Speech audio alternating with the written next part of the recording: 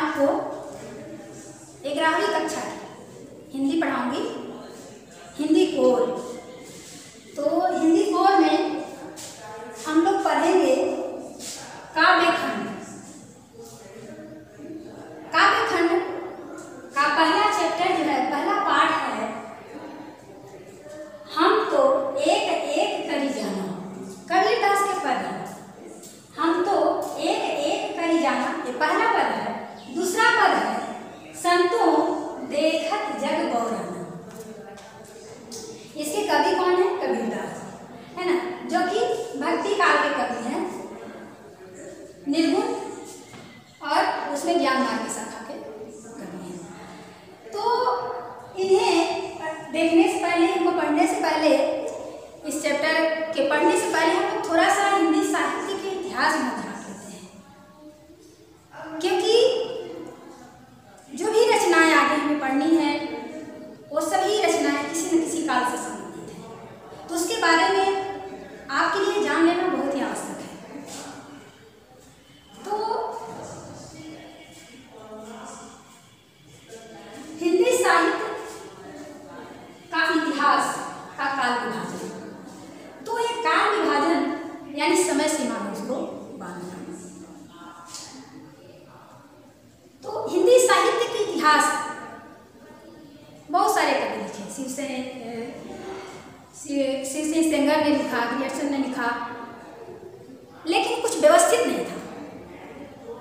इसका व्यवस्थित रूप जो है आचार्य रामचंद्र शुक्ल जी ने लिखा। उन्होंने सर्वप्रथम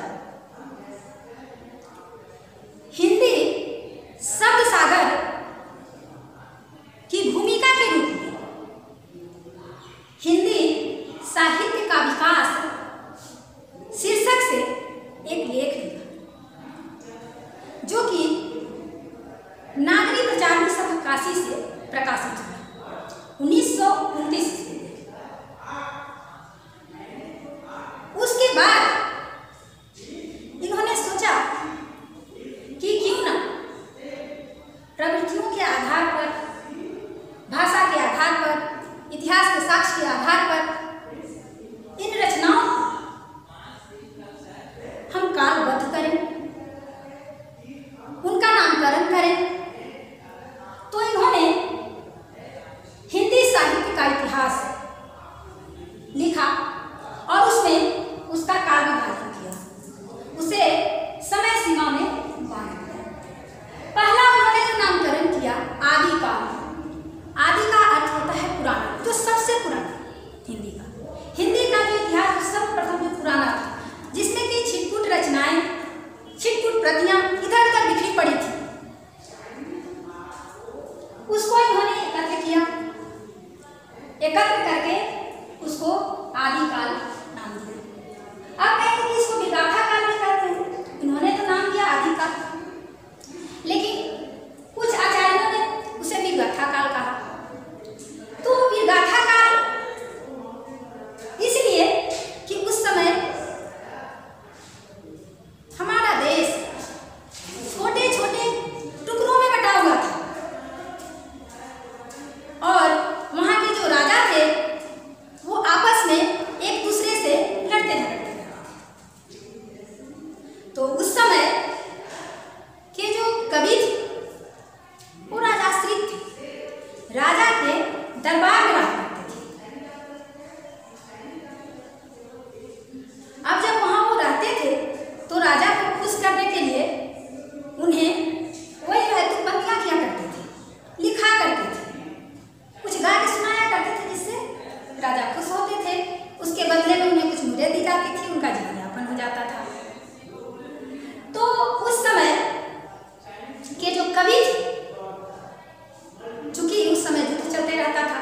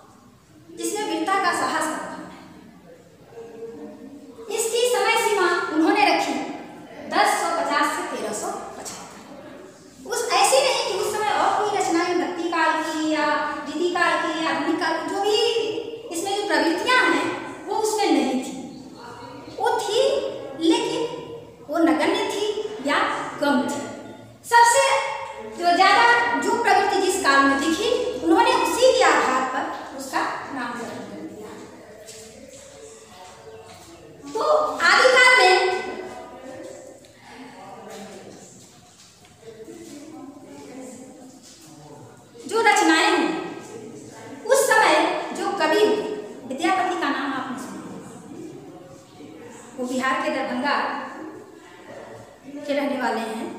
तो उन्होंने उस समय अपभ्रंश भाषा में कीर्ति लता, कीर्ति पताका और मैथिली में पदावली की रचना की। उसी समय चंद्रवरदायी कवि ने पृथ्वीराज रासो की रचना की, जो कथा पृथ्वीराज चौहान पर आधारित है। उसका मुख्य पात्र पृथ्वीराज चौहान है। उसी की वीरता का बखान चंद्रवरदायी ने किया है, जो कि उनके राज कवि थे, दरबारी कवि थे। पृथ्वीराज चौहान दिल्ली के अंतिम हिंदू राजा थे। उन्हीं के जीवन पर यह ग्रंथ पृथ्वीराज रासो आधारित है।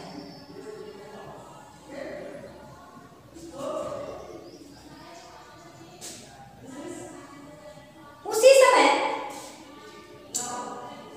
खुसरो की पहेलियां भी उसी समय लिखी गई, आदिकाल में। खुसरो, अमीर खुसरो जानते हैं आप लोग, उनके तुकबंदियाँ भी सुने हैं, उनकी पहेलियाँ भी। एक थाल मोती से भरा, सबके सिर पर बांधा धरा, बार बार वह थाली फिरे, मोती उससे एक न गिरे। इस पहेली का उत्तर होगा आकाश। तो ये सभी रचनाएं जो है आदिकाल की रचनाएं हैं। आदिकाल के अंतर्गत आचार्य रामचंद्र स्वामी ने रखा। दूसरा जो नामकरण उन्होंने किया है पूर्व मध्यकाल, जिसको भक्ति काल कहा जाता है। पूर्व मध्यकाल, उन्होंने मध्यकाल को दो भागों में विभक्त कर दिया। पूर्व यानी पहले, उत्तर यानी बाद का, दो पार्ट में से बना। तो पूर्व मध्यकाल का नामकरण भक्ति काल के नाम से जिसे हम जानते हैं, इसकी समय सीमा उन्होंने रखी 1375 से 1700। उस समय इसके पहले से यहाँ मुगलों का आक्रमण हो रहा था। उनके आक्रमण से यहाँ की जो जनता थी वो त्राहि त्राहि कर रही थी। वैसे में तो किसी राजा की वीरता का बखान करना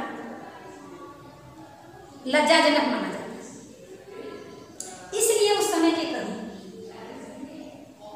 भगवान की भक्ति की ओर झुके, ताकि वैसी रचनाएं करके वो जनता में जो निराशा उत्पन्न हुई थी उसको आशा में बदलने की वो चेष्टा कर रहे थे, ताकि लोग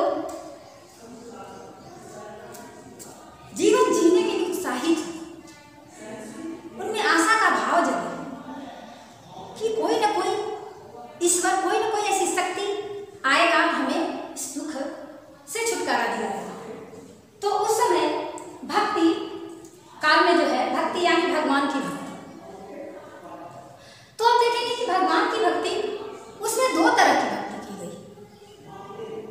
दो धाराओं में भक्ति का जो है विकास करने लगा। एक सगुण भक्ति, एक निर्गुण भक्ति। कुछ कवि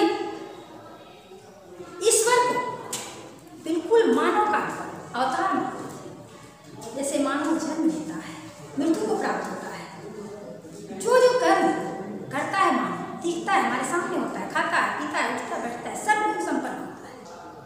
सब गुण यानी गुण के साथ सारे गुण उसमें मौजूद है। तो ऐसी भक्ति की ओर झुके। उस सगुण भक्ति में भी दो धाराएं विकसित हुई।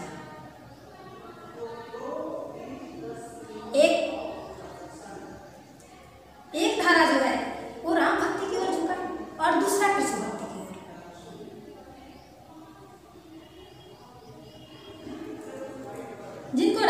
जुड़ाव हुआ, राम से भक्ति हुई, उन्होंने राम से संबंधित रचनाएं लिखी।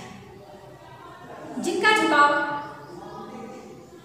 जिनका प्रेम कृष्ण के लिए हुआ, वो कृष्ण भक्ति की हो चुकी। तो राम भक्ति में भी बहुत सी रचनाएं की गई राम भक्ति शाखा के अंतर्गत, जिसमें कि तुलसीदास, नाभादास, इन लोगों की रचनाएं हैं। तुलसीदास का रामचरितमानस जो कि उनका सर्वश्रेष्ठ ग्रंथ है, वो हम सभी के घरों में प्राय पाया जाता है। तो राम भक्ति के शीर्षस्थ कवि हुए तुलसीदास जी। फिर आप देखते हैं कृष्ण भक्ति। कृष्ण भक्ति में भी बहुत सी रचनाएं हैं, लेकिन वल्लभाचार्य के शिष्य सूरदास जी ने सूरसागर की रचना की। सूरदास जी का भी नाम आप सुने हैं, उनकी रचनाएं आप 10th क्लास में पढ़ भी चुके हैं। तो उन्होंने सूरसागर की रचना की और भी रचनाएं की। तो लेकिन उनकी जो महान अक्षय कृति का जो स्रोत है, उनका सूरसागर ही है, जिसमें कि कृष्ण के जन्म से लेकर के उनके अंत तक की कहानी लिखी गई है, कथा लिखी गई है। उस समय और भी कवि हुए, कृष्णदास हुए, चतुर्भुज दास हुए, जो कि अष्टछाप के कवि माने जाते हैं। फिर देखते हैं दूसरी शाखा निर्गुण भक्ति। वैसे भक्ति जिसे ईश्वर को तो हम मानते हैं, लेकिन उसे एक ज्योति, एक प्रकाश के रूप में, एक ब्रह्म के रूप में पूजते हैं। उसका कोई रूपाकार नहीं है, ना तो जन्म लेता है, ना उसकी मृत्यु होती है। ऐसे ईश्वर की भक्ति और आराधना करने लगे। तो वैसे कवियों में आपके कबीरदास जी हुए, मलिक मोहम्मद जायसी हुए, लेकिन उसमें भी दो धाराएं विकसित हुई निर्गुण भक्ति। एक ज्ञान मार्गी शाखा और दूसरा प्रेम मार्गी शाखा।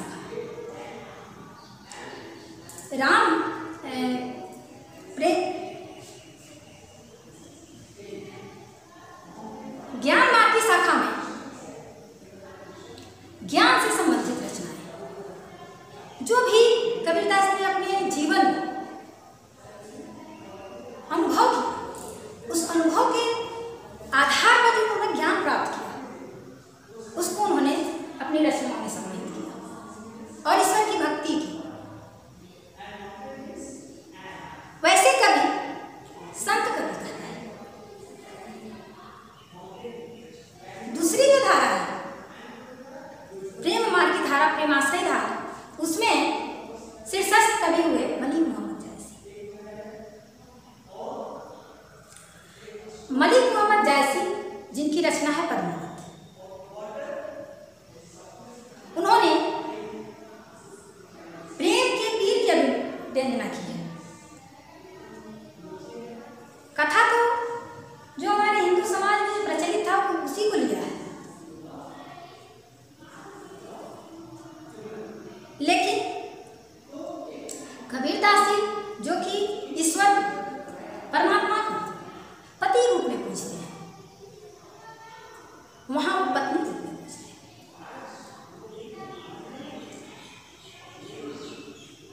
तो हम लोग जो निर्गुण भक्ति के जो कवि हैं कालिदास, उनकी रचना हम लोग पढ़ेंगे।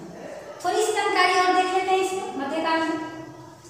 उत्तर मध्यकाल, जो कि मध्यकाल का पिछला हिस्सा है, उसको रीतिकाल कहा जाता है। क्यों है रीतिकाल? उसका समय सीमा है 1700 से 1900।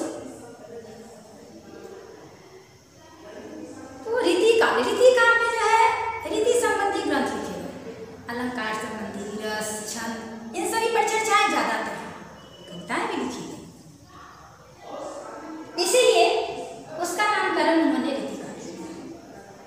अगला जो चौथा काल है आधुनिक काल, जो कि संवत 1900 से अब तक चला रहा है।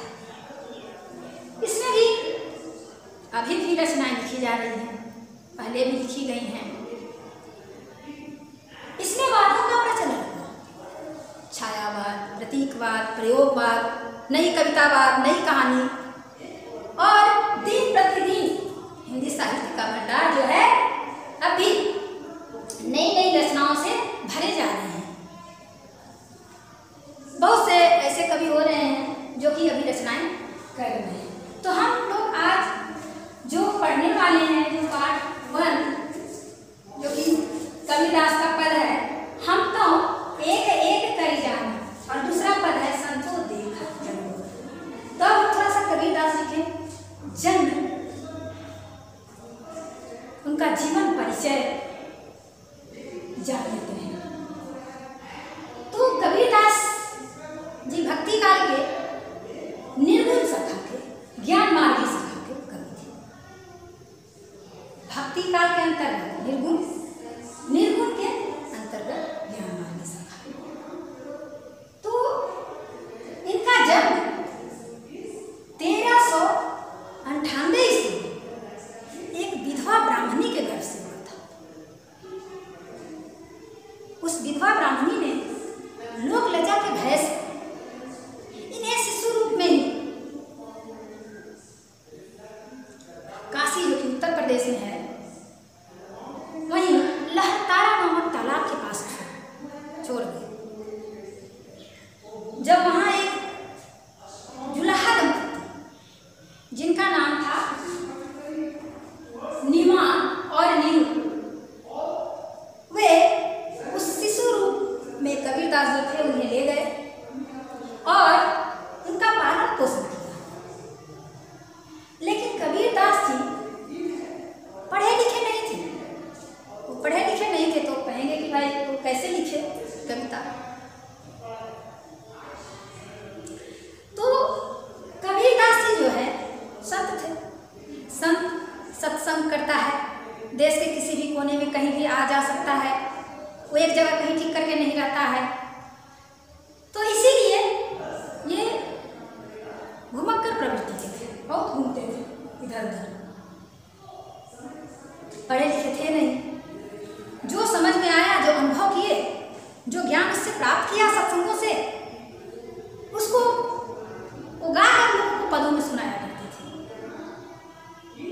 लोग इनके पदों को सुन करके बहुत प्रभावित होते थे, आकर्षित होते थे, और उसे वो लिख करके रख लेते थे प्रतियों में, छोटी छोटी प्रतियों में। बाद में जब हिंदी साहित्य के इतिहास का काल विभाजन किया गया, पुस्तकों की खोज कराई गई, तो जो प्रतियां निकली उन सभी का संग्रह कराया गया। संग्रह करके उसे पुस्तक का रूप दिया गया। उस पुस्तक का नाम है बीजक, जिसमें कबीरदास जी की वाणियां जो है संग्रहित है। इनके उन पदों को साखी, सबद और रमैनी के नाम से जाना जाता है।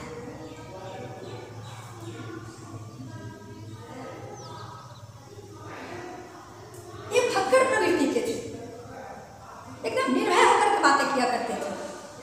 किसी भी संप्रदाय के लोग हों, अगर उनमें अंधविश्वास, किसी तरह की कुरीतियां हैं, तो उसमें करारा चोट करते थे। इसीलिए हजारी प्रसाद द्विवेदी ने वाणी का डिक्टेटर कहा है। वाणी का डिक्टेटर।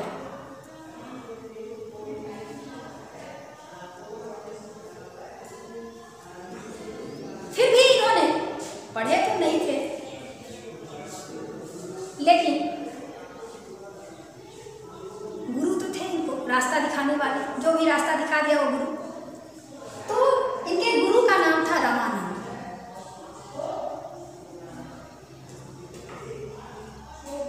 इनकी मृत्यु सन 1518 ईस्वी मगहर में। तो ये हम लोगों ने देखा कबीरदास जी का संक्षिप्त जो है जीवन परिचय। उसके बाद अब हम लोग जो है इन पदों का सस्वर वाचन करेंगे, सस्वर वाचन। उसके बाद शब्दार्थ के साथ साथ इसका हम भावार्थ भी करते चलेंगे। तो बच्चों आप लोग ध्यान दीजिए, ध्यान से सुनेंगे सस्वरवाचक को ध्यानपूर्वक। हम तो एक एक करी जाना, कबीरदास जी कहते हैं कि हम तो एक एक करी जाना, दो ही कहे कि नहीं को दो जग, जिन नाहिन पहचान। यहाँ पर कबीरदास जी परमात्मा को संपूर्ण संसार में व्याप्त कराया है। ईश्वर जो है, कहते हैं कि ईश्वर जो है संसार के कण कण में विद्यमान है, और इन्होंने उस परमात्मा को एक प्रकाश के रूप में, ज्योति के रूप में स्वीकार किया है, और उस परमात्मा को इन्होंने संसार के कण कण में देखा है। इसीलिए कबीरदास जी कहते हैं कि हम तो एक एक करी जाना, मैंने तो एक एक कण को बहुत अच्छी तरह से समझा है, परखा है, जाना है। प्रत्येक कण में मुझे तो एक ही परमात्मा का वास दिखाई देता है। दो ही कहे तीन नहीं को दो, दो यानी दो, कहे यानी कहता है, तीन नहीं यानी उस व्यक्ति को, दो जग यानी नरक। ये कहते हैं कि जो भी कहता है कि ईश्वर दो है या उससे अधिक है, तो वो ईश्वर की सत्ता से भली भांति परिचित नहीं है, उसे ईश्वर ये ज्ञान नहीं है, वो ईश्वर को नहीं जानता है। इसीलिए वैसा व्यक्ति नरक का भागीदार है, उसे नरक में स्थान मिलना चाहिए। आगे कहते हैं एक ही पवन एक ही पानी, एक ही पवन एक ही पानी, एक ही ज्योति समान। पवन जो हम सांस लेते हैं, हवा वायु जो लेते हैं, हमारा शरीर जो है पंच तत्व से निर्मित है। वो पंच तत्व हैं हवा, पानी, प्रकाश, सूर्य की रोशनी, अग्नि, आकाश और पृथ्वी। वायु, अग्नि, जल, आकाश और पृथ्वी। तो ये पांच तत्व से हमारा शरीर बना हुआ है। तो ये कहते हैं, उन्हीं पांचों तत्व का ये वर्णन करते हुए कहते हैं कि एक ही पवन एक ही पानी, एक ही ज्योति समान, एक ही खाक, खाक यानी मिट्टी, खाक का अर्थ होगा मिट्टी। आप लोग लिखते जाइए। गढ़े सब भाड़े, भाड़े यानी बर्तन जिस तरह से गढ़ा जाता है, कौन गढ़ता है? एक ही एक कोहरा सा, कोहरा यानी कुम्भकार, जो कि मिट्टी के बर्तन बनाता है। और हम मनुष्यों को, हम जीवों को बनाने वाला वो कुम्भकार कौन है? ईश्वर। तो इसमें जो है ये कहते हैं कि प्रत्येक प्राणी में, प्रत्येक जीव में एक ही हवा, एक ही जल का संचार है, यानी सबके अंदर जो खून, जो कि खून का प्रवाह जो हमारे अंदर रक्त का संचार हो रहा है, सबका लाल है। किसी का नीला पीला हरा नहीं है, सबका लाल है। जिसका भी शरीर से खून निकलता है वो लाल रंग का होता है। तो ये कहते हैं कि सब एक ही हवा को लेते हैं, सभी ऑक्सीजन लेते हैं, जीने के लिए ऑक्सीजन आवश्यक है, और सबके अंदर रक्त का संचार हो रहा है, और सबके अंदर उस परम पिता परमात्मा का अंश आत्मा सभी जीवों में व्याप्त है, सभी जीवों के अंदर है। एक ही तरह की मिट्टी से सबका शरीर जो है हर अंश से बना हुआ है, और वो शरीर रूपी बर्तन बनाने वाला ओंकार भी एक ही है, एक ही ईश्वर है। आगे कहते हैं जैसे बाढ़ी काष्ठ नहीं काटे, जैसे बाढ़ी काष्ठ नहीं काटे, अग्नि न काटे। बाढ़ी यानी बढ़ाई, काष्ठ लकड़ी, काटे यानी काटता है, अग्नि आग। तो ये कहते हैं कि जैसे बढ़ई लकड़ी को तो काट सकता है, परंतु वह अग्नि को नहीं काट सकता है। वह अपनी कुल्हाड़ी से, अपने औजारों से लकड़ी को नहीं काट सकता है, लकड़ी को काट सकता है लेकिन अग्नि को नहीं काट सकता है। सब घटी अंतर तू ही व्यापक धरे स्वरूप ऐसे। ये कहते हैं कि जिस प्रकार से बढ़ई लकड़ी को तो काट सकता है परंतु वो अग्नि को नहीं काट सकता, उसी प्रकार शरीर जो है समाप्त हो जाता है। शरीर समाप्त हो जाता है, जैसे कि लकड़ी को काटा जाता है वैसे ही शरीर समाप्त हो जाता है। किंतु जिस तरह से अग्नि को नहीं काटा जा सकता, बढ़ई नहीं काट सकता है, उसी तरह से परमात्मा का नाश कभी नहीं होता है। वे शाश्वत रूप में मौजूद होते हैं। परमात्मा जो है प्रत्येक शरीर व्याप्त होकर के उस शरीर के जैसा ही स्वरूप धारण कर लेता है। आगे कहते हैं माया देखी जगत लुभाना। लुभाना यानी आकर्षित हो जाना।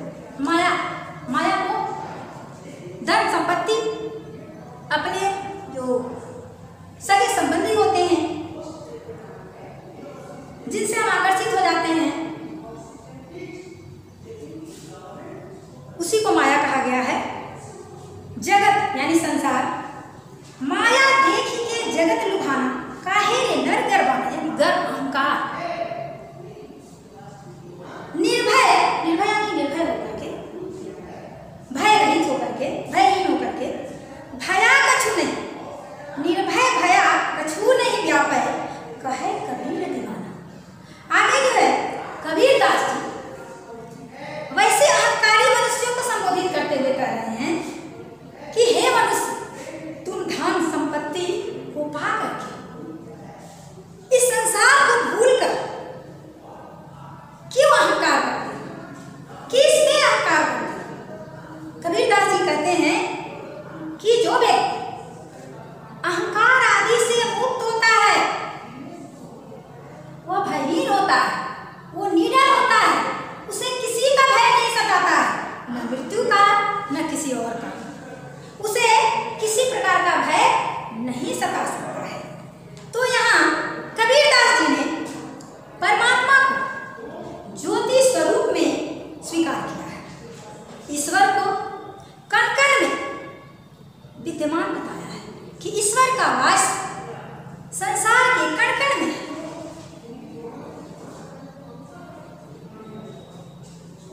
आपने प्रहलाद की कहानी सुनी होगी, हिरण्यकशिपु। जब हिरण्यकशिपु भक्त प्रहलाद को राम नाम जपने के लिए, कि राम का नाम विष्णु का जाप क्यों करता है, ईश्वर की भक्ति क्यों करता है, तरह तरह के उसे दंड दे रहे थे। तब उसने पूछा कि तुम्हारा भगवान यहाँ तुमको बचाने नहीं आए। उसे एक खंभे से बांध दिया गया। प्रहलाद ने निडर होकर के कहा कि ईश्वर जो है हर एक कण में है। तो हिरण्यकशिपु ने पूछा क्या इस खंभे में भी? तो हाँ, इस खंभे में। तो मैं आज इस खंभे को ही तोड़ देता हूँ। हिरण्यकशिपु खंभे को तोड़ने के लिए चला, तो उसमें से नरसिंह भगवान निकलते हैं और हिरण्यकशिपु का वध करते हैं। तो उसी तरह से कबीरदास जी कहते हैं कि ईश्वर का वास जो है हर कण में है, प्रत्येक कण में।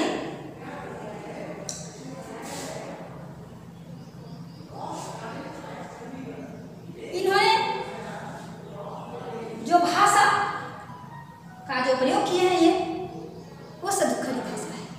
इनकी भाषा को पंचमेल खिचड़ी भी कहा जाता है। जो साधु संगति करता है, जो साधु संगति की जो भाषा होती है, उसे सदुखरी भाषा कहते हैं, जो कि राजस्थानी मिश्रित ब्रज भाषा है। पंचमेल खिचड़ी, जिस तरह से जब हम खिचड़ी बनाते हैं उसमें तरह तरह के मसाले, तरह तरह की सब्जियां, तरह तरह के दाल, जितने भी प्रकार के आप आइटम्स डालो, खिचड़ी उतनी ही स्वादिष्ट लगती है।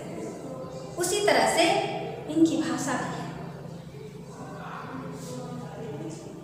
अब हम लोग इनका दूसरा पद संतो देखत जग बोरा, इसका भी सस्वर वाचन करेंगे शब्दार्थ के साथ साथ, फिर हम लोग इसका भावार्थ करते चलेंगे। आप लोग ध्यान से सुनेंगे और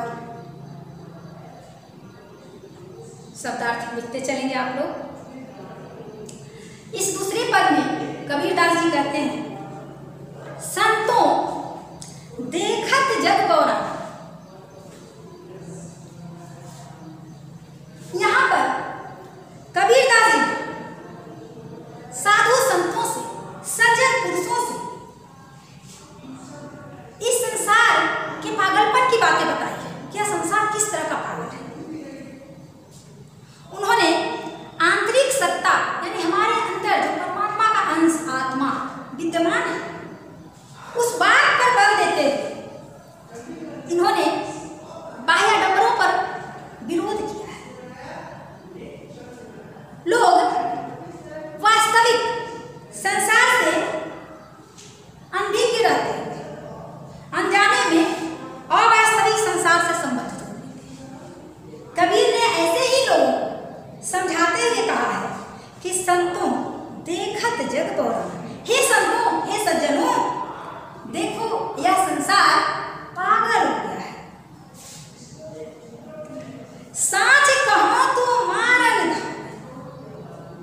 साच यानी सच्चाई, कहो यानी कहते हैं, मारन यानी मारने के लिए, धावा यानी दौड़ते हैं, धावती धावता धावती है ना संस्कृत में। धावा यानी दौड़ते हैं, झूठे यानी झूठ, जग संसार, पतियाना यानी विश्वास। ये कहते हैं कि सच्चाई बताने पर जब इस संसार के लोगों को सच्चाई बताई जाती है तो लोग उसका विरोध करते हैं और मारने को दौड़ते हैं। लेकिन झूठी बातों पर बहुत ही जल्द भरोसा कर लेते हैं, विश्वास कर लेते हैं। आगे कहते हैं नेमी देखा धर्म देखा, नियम करने वाले लोग देखे, धर्म करने वाले लोग देखे, प्रातः करे स्नाना, जो सुबह उठ करके स्नान करते हैं, आत्म मारी पखन ही पूजे, अपनी आत्मा की आवाज को नहीं सुनी, और पाक नहीं है पत्थर पूजा, जो मूर्ति पूजा, इसलिए मूर्ति पूजा का विरोध कर रहे हैं। इसीलिए कह रहे हैं कि आत्म मारी पखन ही पूजे, उनमें कुछ नहीं किया। आगे ये कहते हैं कि मैंने इस संसार में अनेक ऐसे लोगों को देखा है जो तरह तरह के नियम का पालन करते हैं, धार्मिक अनुष्ठान करते हैं और सुबह जल्दी उठ करके वो स्नान भी करते हैं। ऐसे लोगों का जो ज्ञान है वो सिर्फ दिखावा है, उनमें कुछ भी ज्ञान नहीं है।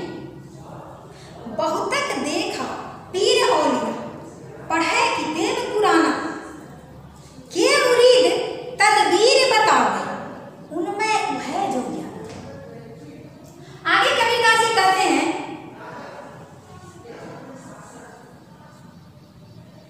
इन पंक्तियों में जो है इस्लाम धर्म के अनुयायी, इस्लाम धर्म के बारे में कहा गया, मुसलमानों के बारे में कहा गया है कि जो इस्लाम धर्म के अनुयायी होते हैं, पीर होते हैं, फकीर होते हैं, औलिया होते हैं, सभी जो है नियम पूर्वक पवित्र कुरान का पाठ करते हैं। ये भी अपना शिष्य बनाते हैं और उन शिष्यों को अनेक तरह के उपाय बताते हैं। तो उनमें से कौन ज्ञानवान है? इसका मतलब उसमें से कोई भी ज्ञानी नहीं है। आसन मारी डिंब धरी बैठे, आसन मारी डिंब धरी बैठे, मन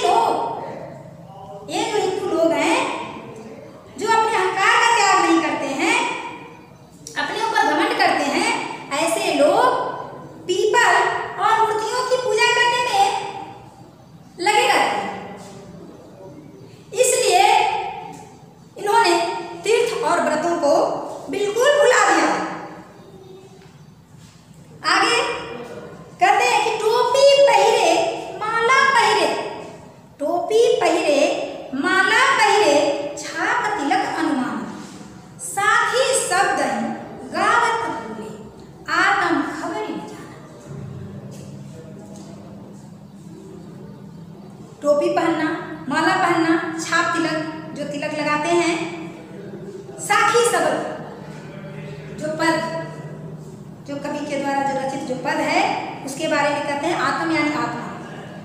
तो ये कहते हैं कि ये लोग अपने सिर पर टोपी बांधते हैं, गले में माला बांधते हैं और माथे पर तिलक और शरीर पर छाप लगाते हैं।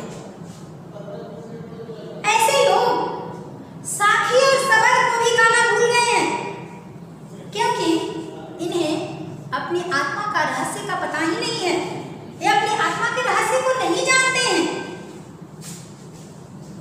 इसीलिए ऐसे लोग क्या करते हैं, हिंदू कहे मोहि राम प्यारा, हिंदू कहे मोहि राम प्यारा, तुर्क कहे रहीमाना, आपस में दो लरी लरी मुंह मर्म न था होता। हिंदू जो है वो राम की भक्ति करता है, राम की पूजा करता है, और मुसलमान अल्लाह की, रहमान की।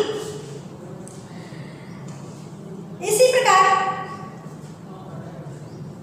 हिंदू और मुसलमान अपनी कट्टरता के कारण, अपनी धार्मिक कट्टरता के कारण राम और रहमान यानी ईश्वर भगवान और अल्लाह के नाम पर लड़ते रहते हैं, झगड़ते रहते हैं, आपस में लड़ते करते रहते हैं।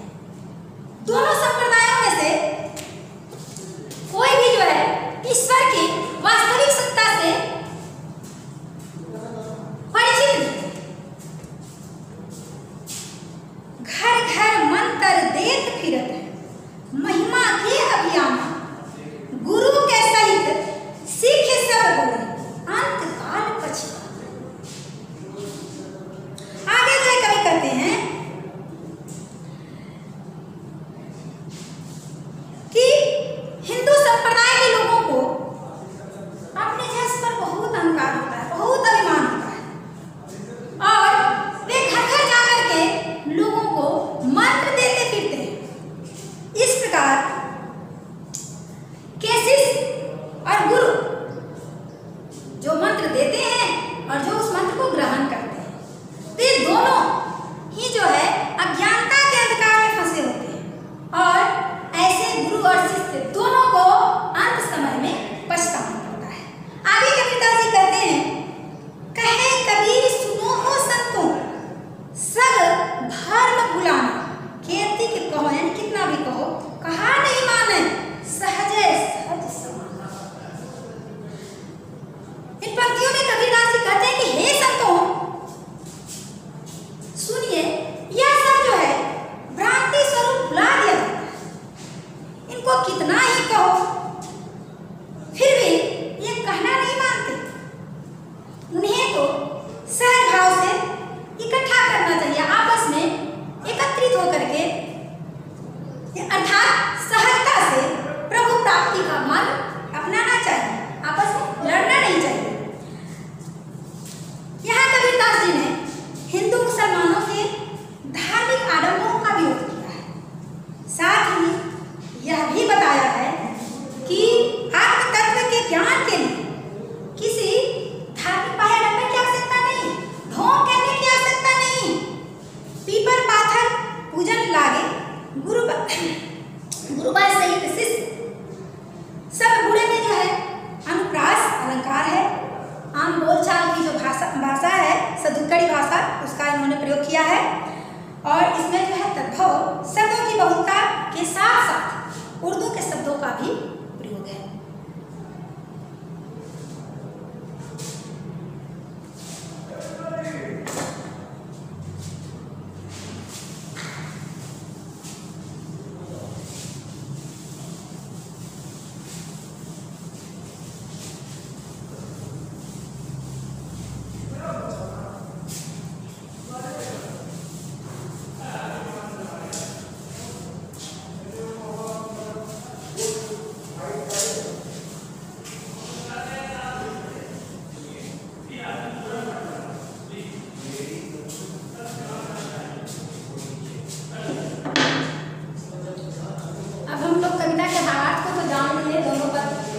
ये भावार्थ हम लोग जान लिए हैं। अब हम लोग जो है इसका प्रश्न उत्तर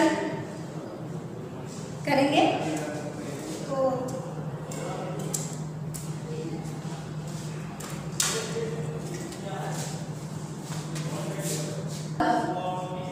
इसमें क्वेश्चन में देखेंगे, क्वेश्चन है पहला कि कबीर की दृष्टि में ईश्वर एक है।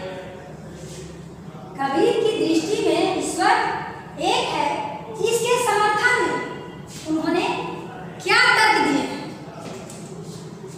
तो कबीर की दृष्टि में ईश्वर एक है, उन्होंने उसके लिए ये तर्क दिया है कि हमारा जो शरीर है पंच तत्व से निर्मित है। उन पंच तत्वों में अग्नि, वायु, जल, पृथ्वी और आकाश है। इन पांच तत्वों से हमारा शरीर बना हुआ है। सभी प्राणी जो सांस लेते हैं एक ही हवा के द्वारा वो सांस लेते हैं, सभी ऑक्सीजन लेते हैं।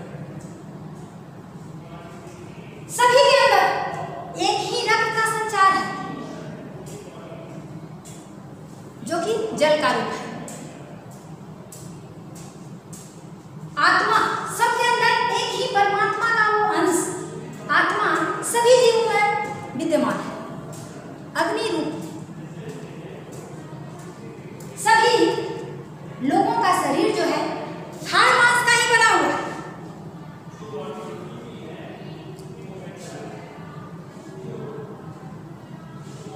तो ये कहते हैं कबीरदास जी इसके समर्थन में उन्होंने तर्क देते हुए कहा है कि सबके भीतर एक ही हवा, एक ही पानी, एक ही ज्योतिपुंज व्याप्त है। सभी एक ही मिट्टी से बने हुए हैं, सभी एक ही वातावरण में लिपटे हुए हैं। इसी प्रकार प्रत्येक शरीर में एक ही परम पिता परमात्मा जो है व्याप्त है। तो इसका उत्तर वही होगा, आप लोग इसे लिखिएगा। दूसरा क्वेश्चन है मानव शरीर का निर्माण तीन पंच तत्वों से हुआ है। तो अभी हमने बताया पहला क्वेश्चन में कि मानव शरीर का निर्माण अग्नि, वायु, जल, आकाश और पृथ्वी इन पांच तत्वों से हुआ है। तो इसका उत्तर तीसरा प्रश्न, जैसे बाढ़ी काष्ठ ही काटे आगे न काटे कोई, सब घटी अंतर तू ही व्याप धरे स्वरूप ऐसे। इसके आधार पर बताइए कि कबीर की दृष्टि में ईश्वर का क्या स्वरूप है, यानी ईश्वर कैसा है। तो कबीरदास जी